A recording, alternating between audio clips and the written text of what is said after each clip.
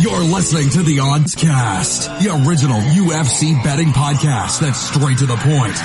Hosted by leading MMA oddsmaker Nick Kalikas and MMA journalist Brian Heminger. They provide you the absolute best UFC betting info, picks, statistics, and analysis from the most respected authority in mixed martial arts betting. MMAOddsBreaker.com. Don't place your wagers without us. Welcome to the Combatecast, presented by BetDSI. I'm Brian Heminger, joined today by leading mixed martial arts oddsmaker Nick Kalikas to break down this Friday's Combate 42 event, which takes place in Lake Tahoe, Nevada. Nick creates the opening betting odds for Combate events, so he'll break down all 7 fights on the card, providing extensive analysis and a pick for the bouts after doing his film study and research for the event. Combate 42 will air on TV networks Univision and TUDN and the streaming platform DAZN this Friday night. Let's dive right in. Now, kicking things off on the preliminary card is a 117-pound catchweight bout in between Felicia McGowan, who is 1-0, and Lupita Godinez, who is 2-0. Now, Nick, where did you open this fight, and how has the public shifted things so far?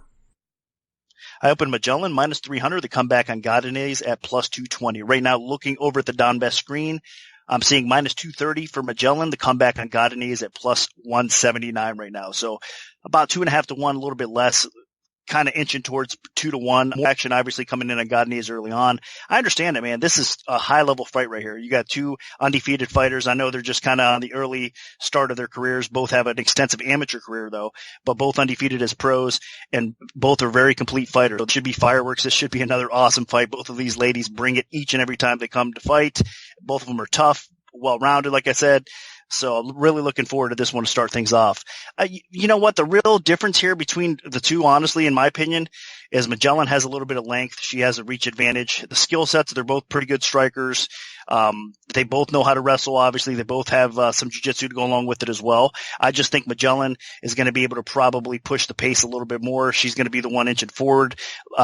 Godinez has that frame that's a little bit shorter, stockier, but man, I'll tell you what, she does pack a punch. I mean, she's got some speed. She has a big right hand she throws. She works well behind her lead jab. And again, she goes for some wrestling, and she does have a pretty good submission game. So it's not going to be easy, but I think Magellan is going to be the one, like I said, kind of using that length, utilizing her clinch game. I think she's going to be marking up Godinez a little bit more. And if this fight does go to the ground, I think they're going to kind of neutralize each other out there a little bit, but I think Magellan's going to be okay, and she might end up in top position as well, because I think she has probably the better wrestling of the two at times, or at least the better takedown defense. So we'll see how that plays out, because like I said, this should be fireworks. Both these ladies are definitely going to have success back and forth as the fight plays out here. And again, I do understand why everybody kind of is coming in more towards the underdog here in Godinez. It's probably a dog or pass situation. But if this line does drop to under 2 to 1, then there's a play to be made on the favorite here. Make no mistake about it. I just think Magellan at this point is the better fighter. And I think, again, her size, her length is going to be the biggest factor here. And I think it probably hits the scorecards with her winning a close competitive decision. So again, kind of check out where the line moves. But I think it's, as it stands right now, and as it's inching lower towards the underdog, I think it's going to be a favorite or pass situation. Now moving up to the welterweight division, we have Aaron Armijo, who is making his professional debut, taking on Owen Crawl, who is also making his professional debut. Now, Nick, what's the MMA oddsmaker's perspective on this one? I opened Crawl minus 165, the comeback on Armijo at plus 125. And right now, looking at the Donbest screen, it is Crawl about minus 160, the comeback on Armijo at plus 130. So line margins have tightened up a little bit, and there is two-way action coming into this fight. Nothing significant yet to move the line drastically either way. This is going to be an awesome fight. Again, great matchmaking by Combate here. I mean, they have two talented prospects going at it here. I mean, if you've checked out Crawl fighting at all, for those of you guys that are listening to this podcast, you know that he's a beast. I mean, this guy, he has a college wrestling background. He's physically strong. He's got that kind of grinder, grappler type of style, and he's so dominant on the ground. I mean, I believe so far he's 3-0 as a professional in all three fights he's faced. All three fighters he's faced, he's defeated under a minute and a half or so, something like that. So he's just went out there and just destroyed everybody. I mean, it's hard to stop him. And he's kind of, I don't want to say one trick pony, but that's exactly what he does best. And everybody knows he's going to do it. And it's hard to, like I said, it's hard to stop it. But Armijo, on the other hand, if anybody could kind of maybe put a wrench in Crawl's plans, it's a guy like this. I mean, he's a solid young prospect in his right. I really like what I see watching him on tape. He's fast. He's strong on the feet. He's got decent movement. His variety of attack on offense is something to watch. I mean, he angles well. He has spin kicks he throws at you. And then when you try to take the guy down, typically speaking, he has good balance, overall decent takedown defense, and he scrambles well. He fights at a real high pace. He's relentless, and he's really exciting to watch. I mean, so that's why I'm looking forward to this fight, because I think Crawl typically bullies most of his opponents around and, like I said, gets the job done pretty quick. I think Armijo is going to be able to survive some of that. And as the fight progresses, it's going to get interesting, and Armijo could be a live dog here. So that's why it's going to be intriguing here, because, like I said, Armijo, I think, is honestly the better overall fighter. He's a little bit more technical across the board, but can he kind of stifle Crawl's attack, and can he neutralize that ground game and try to turn things around and possibly take over and finish Crawl as the fight progresses? I think he probably can. We'll see how it goes. And again, the movement here is where it's going to be at as far as line move goes. If Crawl creeps up even more by fight day and we're seeing a big underdog price on Armijo, definitely stab at him. I think he's going to be worth it. Or if the line drops down to more of a pick'em, then it's going to be a play on Crawl, because I think Crawl's wrestling, again, his just ground game is so dominant at times, and he's so strong. It's just hard to really, like I said, neutralize and control this guy. So for me, it's a dog or pass situation where it's at right now. Let's see what the betting public does overall and where the line goes. But I like both of these prospects, and great job by Combate putting this fight together. Now, moving up to the middleweight division, we have Cole Jordan, who is making his professional debut, taking on JJ Torres, who is also making his professional debut. Now, Nick, where did you open this fight, and how has the public shifted things so far? I opened Jordan minus 155. The comeback Torres at plus 115. And right now, looking over at the Donbest screen, we are seeing minus 150 plus 120s out there again. So this is another spot where line staying steady. Two actually coming into this fight. Nothing crazy so far. And it is a tough one. I mean, there's not a lot of information. I mean, let's get into it right away. Both these guys are making their pro debuts. So not a lot of information on these guys as pros. Obviously nothing as pros, but I'm saying even as amateurs, they do have extensive amateur backgrounds again. But as far as footage goes, it's going to be harder to find stuff on Torres for sure. But looking at his background, I mean, the guy is definitely a finisher. He's got 8, I believe, of his 9th win coming by KO. He brings a lot of power to the table. He does have some wrestling and some jiu-jitsu. Defensively is my biggest concern with Torres, though. He's been knocked out 3 times, submitted 3 times as well. But he's fought under the King of Cage banner. He's got some decent experience, and he's been in there for a while. He actually trains with Joey Raquette, who is in the main event on this card as well. So, I think he's going to be ready to fight. He's going to come in prepared. And again, I think he's got a well-rounded game with a lot of power, and he's going to be dangerous. Now, Cole Jordan, there's a little bit more footage and more information out there. Again, he's got an extensive amateur background as well. He is 4-2 as a pro right now. He's well-rounded. I mean, I like what I see. He trains at Extreme Couture. He's got a developing skill set in his own right, but the guy is an aggressive fighter. He likes to push forward, has some okay striking ability. He does have a grinding style, though, as well. He likes to get the fight to the floor often and utilize his ground and pound a little bit. And submission-wise, it's okay. I mean, I don't think he's a fish out of water or anything on the ground, but again, I think that's still something he needs to work at. I mean, from top, he's not bad at all, but he's not going to be a huge submission threat either way in this fight here. So again, I think there's a lot, still development for these guys to really keep on improving in their careers both ways. So they are both flawed. I think Cole Jordan is a little bit more trustworthy in this spot, though, if anything here. I think that as this fight progresses a little bit, I see him being the more conditioned fighter. I see him getting top position, and I think defensively he's a little bit more sound as well. So obviously this is not a confident pick for me either way, but I'm leaning a little bit more towards Cole Jordan. But it's not a bet you can make, though, as far as the betting window goes, because again, there's just not enough information out there to really justify a play or not here on this fight. So for me, I lean Cole Jordan. Again, I just think he's a little bit more defensively sound, but this should be another fight that's exciting. I mean, I think it will get a finish, obviously. I think these are 2 big boys that are going to come in here, bring a lot of power and finishing ability in there. So it's going to be fireworks as well. So the pick is Jordan, but be careful if you are touching this fight. Now, dropping down to the lightweight division, we have Jose Luis Verdugo, who is 9-8, taking on Erik Sanchez, who is 9-4. Now, Nick, what's the MMA odds maker's perspective on this one? I opened Sanchez minus 325, the comeback on Verdugo at plus 235. And right now, looking at the Donbest screen, we're seeing about minus 315, plus 238, about 3-1s out there as well. So this line is holding steady, and I think it's appropriately set. I mean, you have two savvy veterans going on here. Obviously, Verdugo is the more experienced vet of the two. He's a little bit older. He's 35 years old. Sanchez is coming in. He's the younger fighter to 28. But again, both of these guys have faced some decent competition. Both of these guys are Combate America's veterans, so they've been in the cage. Obviously, before here, they're going to feel comfortable right at home, and they're both really decent fighters. If you look at Verdugo's resume, I mean, a lot of those losses, he's a 9-8 fighter, but a lot of those have been to nothing but studs. I mean, very good high-level competition. I'm talking about Johnny Case, a former UFC fighter, of course, and guys of that kind of nature here. And of course, Sanchez, I mean, you could say a lot of the same things for him as well. I think Sanchez, he has a pretty solid background. He's built up himself a nice resume. He's coming off of a pretty decent win over Velasco. Before that, though, he fought the likes of Julian Erosa, another UFC veteran. And that fight with Erosa, man, he was doing really good. Sanchez was actually winning that fight.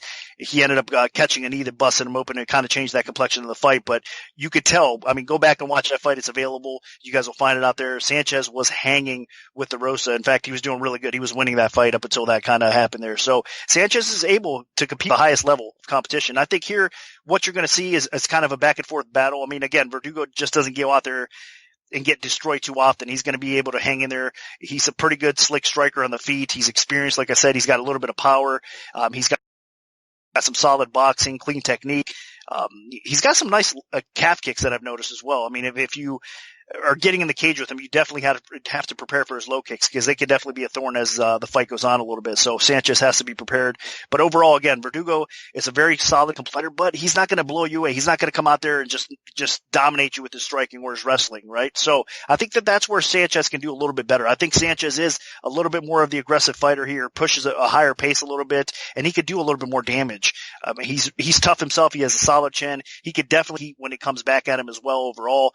So I like that from him. So he's a really tough, solid fighter. He scrambles well on the ground. He's got decent jiu-jitsu skill. So I just think he's going to be a step ahead of Verdugo, and I think he is a better fighter. So as this fight plays out, I'm expecting both guys to kind of push each other, test each other a little bit, but I really do think that Erik Sanchez is the better fighter. Although I have a lot of respect for Verdugo. Again, both these guys should be back and forth in this fight, but I think it's Sanchez or pass situation here. So let's see if the line drops a little bit more.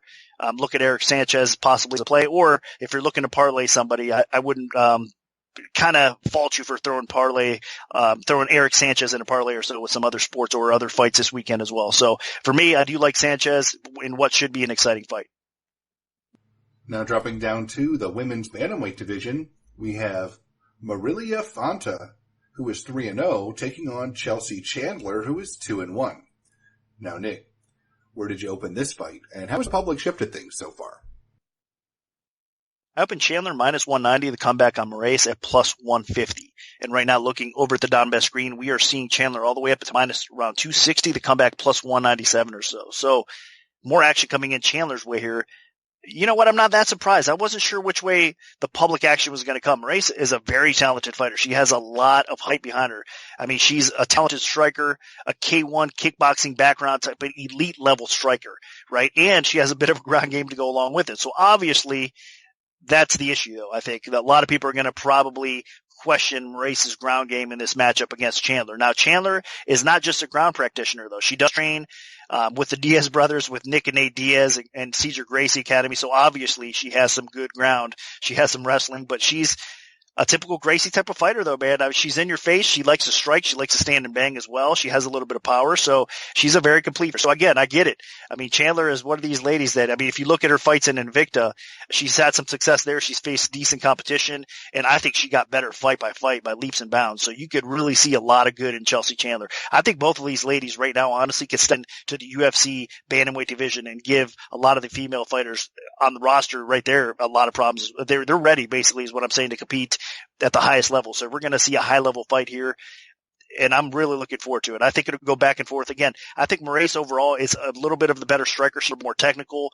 She's willing to exchange in the pocket, and her defense really isn't that bad. I mean, a lot of times these fighters that are willing to exchange in the pocket and eat some punches or whatnot, they get marked up pretty bad, when they're kind of dishing it out. But she does tend to actually be safe in the pocket at times as well. She moves her head pretty decent, and her defense holds pretty well overall. So I think that Moraes is going to give Chandler a lot of problems on the feet. I think Chandler does have a little bit more power overall, though. She might be the stronger fighter. She's going to have a little bit of physical size on Moraes as well, so that might be a problem. But again, skill set wise, Moraes is the better fighter on the feet. She's going to be able to land a little bit cleaner and give Chandler some problems. But what's going to come into play here, obviously, Chandler's kind of a bully. She's going to want to push Moraes against a cage. She's going to want to look for some takedowns. And on the ground, that is, Chandler has the best path to victory, and I think she probably does take it there. So again, I understand why the action came in that way. This is going to be another outstanding fight. It'll go back and forth. But as the line progresses, I think you guys need to be cautious because I think you guys are underestimating Moraes a little bit. She does, even though she has that elite level strike, like I said, she's been working on her ground game and she is improving in that area as well. So if she can kind of neutralize Chandler, not get taken down, it's going to get interesting on the feet. So as the line keeps on climbing up, be careful. But I'm going to pick Chelsea Chandler because I do think she is the more complete fighter. But as it keeps on climbing up, I'm not going to bet her, though. I would stay away from it because Moraes is definitely a lot more dangerous and more capable than people are giving her credit for right now. And us. Now, moving up to the featherweight division for the co-main event of the evening, the vacant 145-pound title is on the line. We have Andres Quintana, who is 18-2, taking on Bruno Canetti, who is 8-6. Now, Nick, what's the MMA odds maker's perspective on this one? I put Quintana minus 600, the comeback on Canetti at plus 400. Looking over the Don Best screen right now, we've had some action on Canetti because Quintana's all the way down to minus 414, the comeback on Canetti at plus 301. So from 6-1 down to 4-1 on Quintana. But we are seeing some action back in Quintana as well because the line's kind of been moving back and forth a little bit. This is an awesome fight. Another one. I mean, obviously, this is the featherweight title for Combate Americas. And this is a rematch. I mean, if you look back at their first fight, which is, again, available online, and I urge you guys to check it out, it was fireworks. I mean, Canetti came out there and gave Quintana all he could handle early on in that fight. But Quintana eventually took over and he was able to, kind of expose Canetti for what I think is going to probably happen again. I mean, again, I have nothing but respect for Canetti. I think he's a great fighter. Obviously, his older brother is a former UFC veteran as well. So it's in their blood. I mean, they're really solid fighters. I mean, on paper, if you look at his record, maybe it's not that impressive at 8-6. He's almost a 500 fighter, but he is, again, better than his record indicates for sure. Canetti is. I mean, he's physically strong for 5 pounds. He's got big power in his hands and his feet, really. I mean, if this guy just connects with you, you're in some trouble if he connects clean. And again, Quintana has faced it, and he's felt the power, I mean, straight on directly in their last fight. So he knows exactly what he's in for here. He's shown some decent takedowns, Canetti has as well. He's got some okay wrestling, and I'll tell you what, he's got some vicious ground and pound from the top. So that said, he's not really a huge sub threat overall, though. I think overall, and again, I think what he could get exposed to his chin. He's hittable, and I think that's kind of a problem. Even though he's only been knocked out once in his career, he's been tagged, he's been dropped in other fights as well, and defensively he's been submitted as well. So I think defensively speaking, Canetti is a little bit vulnerable, and I think that's where he's going to get in trouble, especially as the fight progresses. I mean, early on, like I said, I mean, offensively the guy has it. You got to be careful, and Quintana, he has to be cautious here. But Quintana, I think, is a very talented fighter. Obviously, he's a former Tough 22 veteran. For those of you guys that watch the show, he lost to Ton Lee on the show and, by, I believe, a second round KO. That was a pretty good fight. Man, Ton Lee is a heck of a striker. Quintana has improved quite a bit since then. And, I mean, that's what he excels at the most as well, in my opinion. He primarily likes to strike, and he's very good at doing so. I mean, he has a little bit of length through the division overall. He's very effective with the striking, solid boxing, decent kicking game, a decent clinch game. He throws spinning shit as well. I mean, his elbow in his last fight that he had was just phenomenal, the timing of it as well. So I like what I see with Quintana. I mean, his takedown game is decent. He's got those body lock trip type of takedowns. That's usually his preferred method. And overall, he showed some decent takedown defense and ground awareness as well. So I think he's a pretty complete fighter. He does obviously have some defensive flaws. He's been tagged in fights and he's been rocked. Obviously, again, Canetti hit him last time, hurt him early on in that fight. But I think Quintana is one of those guys that can take the punishment. Even if he gets rocked early, he recovers fairly quickly and he's able to continue. Whereas Canetti, the problem and the difference here is I think if Canetti gets in trouble, Quintana could finish him, where Quintana could probably recover if that's the case again. So as far as the betting window goes, though, I understand why the early action came in Canetti. It's a dog or pass situation for sure. I opened it high because this is, again, Quintana would be another fighter I think a lot of people would be rushing to the betting window to kind of throw in parlays or whatnot. So I was hoping some early action came in on the dog here, and that's exactly what happened. But we are getting bet back the favorite, and we are going to get some parlays back as well. So I think overall, when this fight actually starts, the sportsbooks are going to be fairly even in a matchup like this, despite the high line here. So I like that, like a spot. That's going to be safer for this type of matchup here. I do think Quintana is going to win it, but it is a tough one to bet. So as the line keeps dropping, though, I think Quintana, again, you might be able to throw him in a parlay or so, depending on what price you get, because I do think he wins this fight. So it might be a dog or pass situation out there, and I agree, again, with the opening line coming in that way. But overall, it's hard to believe for me that Quintana is not going to win this fight. So despite there being a little bit of value possibly on Canetti, I do think Quintana wins, and I think he gets the job done inside the distance again. So Quintana will be the new featherweight champion, in my opinion. Now moving on to the main event of the evening. In the bantamweight division, we have champion Gustavo Lopez, who is 10-4, putting his 135-pound belt on the line against Joey Raquette, who is 7-2. Now, Nick, where did you open this fight, and how has the public shifted things so far?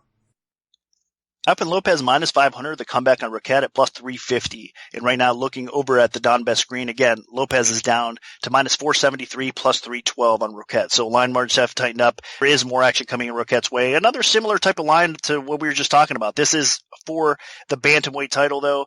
Of course, for Combate bantamweight title, and Gustavo Lopez is the Combate bantamweight champion, a heck of a fighter. So we should get that off the rip right away. So this is another title fight. And again, similar line setting as the last fight with Quintana and Canetti. And I think it's a similar situation. This is another rematch, actually. Both these guys had a fight again that's available online. You guys can check out. In their first meeting, it was close. Round one was very close. It was back and forth. But then round two, the complexion changed a little bit, and Lopez was able to get it done there. So again, check it out. It's available online. Getting into this fight, though, again, both very talented fighters. If you look at Raquette, starting his career, he was more of a kickboxing-based fighter. I mean, that's what his background is. He's a very good striker. He's got some length again for the weight class overall. And he was able to utilize his striking ability and do okay. But he's become a lot more of a complete fighter. And I think when they first met the first time around, I think that Raquette was kind of obviously finding his and he was getting a little bit better. He had a little bit of experience, but his ground game was not where it's at right now. I mean, he's taken some huge steps in that direction for sure, in a positive way for him. So, I mean, you could look at his fights since the first Lopez fight, and you could tell his wrestling has improved a lot. His submissions have gotten a lot better as well. So he's not the same fighter he was when he fought Lopez. But you could say the same thing for Lopez as well. I think Lopez, he's gotten better. He's gotten more confident. Obviously, he's wearing the strap right now as well. So mentally, he's never been better. He knows he can beat Raquette. He did it before, so he's confident he can do it again. So this is going to be another great fight. And why they kind of made the rematch, because, man, it was fireworks the first time, and it's probably going to be fireworks again. I mean, it's definitely going to live up to it. And another spot at the betting window where it's a dog or pass situation early on, and I kind of made it that way because, again, Gustavo Lopez is going to be the one that's going to be taking a lot of the parlay action at the books. And because I do think it's another matchup where it's going to be competitive back and forth on the feet, especially because Raquette can hang with a lot of these fighters with his striking ability for sure. He does have a bit of a chin issue again. I mean, he gets tagged, he gets rocked a little bit, and that's a problem. Defensively, he gets hit a little bit too much for my liking, but offensively, the guy can hit. The guy mixes things up well. He's got a good clinch game, and he can give Gustavo Lopez some problems.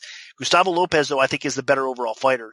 He does have some good striking in his own right. He has some punching power. I mean, if he connects again, he's the type of fighter that can put you down right away. It's his wrestling game and it's his grappling game that I think trumps Raquette in this fight, and I think that's what's going to get it done. Once a fight hit the floor last time in their fight, you could tell who the better fighter was. I mean, again, leaps and bounds over Raquette. Now, even with the improvement that I just mentioned, I still think there's a huge discrepancy along the lines of Lopez having a dominant ground game, and I think he can get it back to the floor, even if it's not going to be easy for him because Raquette's takedown defense is getting better. I think eventually he does hit the floor. And again, his ground and pound and his finishing ability for a guy like Gustavo Lopez is off the chart. So I like what I see from Lopez. I think he probably does get it done again. And who is a very good Joey Raquette. I mean, the guy's a very talented fighter, and I think he's going to definitely be game and in this fight as long as it lasts. So I think it'll be back and forth in another great fight. But my pick is Gustavo Lopez, and in my opinion, I think both of these guys, both of the favorites, kind of come through here and win the title. So a 2-team parlay with both these guys for fun to watch the fights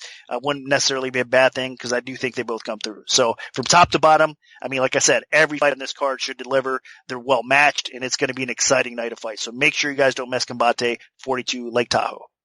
So that'll do it for our full event breakdown for Combate 42 in Lake Tahoe. Special thanks to BetDSI. Good luck, everyone, and hopefully the betting gods are on your side this Friday.